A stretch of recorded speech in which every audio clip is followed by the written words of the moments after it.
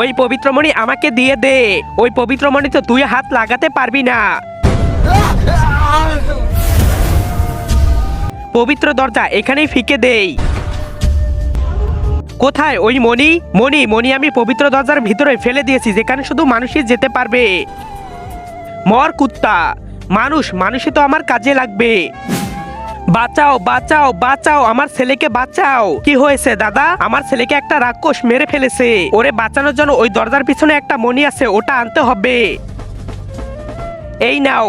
তার আগে তুমি বড় বড় সেলিব্রিটিদের ছবিতে লাইক করো। আজকে দেখি বাংলাদেশ সেনাবাহিনীর জন্য কে কে ভিডিওতে লাইক করে চ্যানেলটি সাবস্ক্রাইব করে দেয়। আসলে আমি দেখতে চাই তুমি বাংলাদেশ সেনাবাহিনীকে কতটা ভালোবাসো। আরে আমি কিভাবে বাঁচলাম? আরে এটা তো রাক্ষস। আরে আমি এই মণির জন্য প্রাণ দিলাম আর তুই ওকে বাঁচিয়ে দিলি। আবে এটা কি হলো?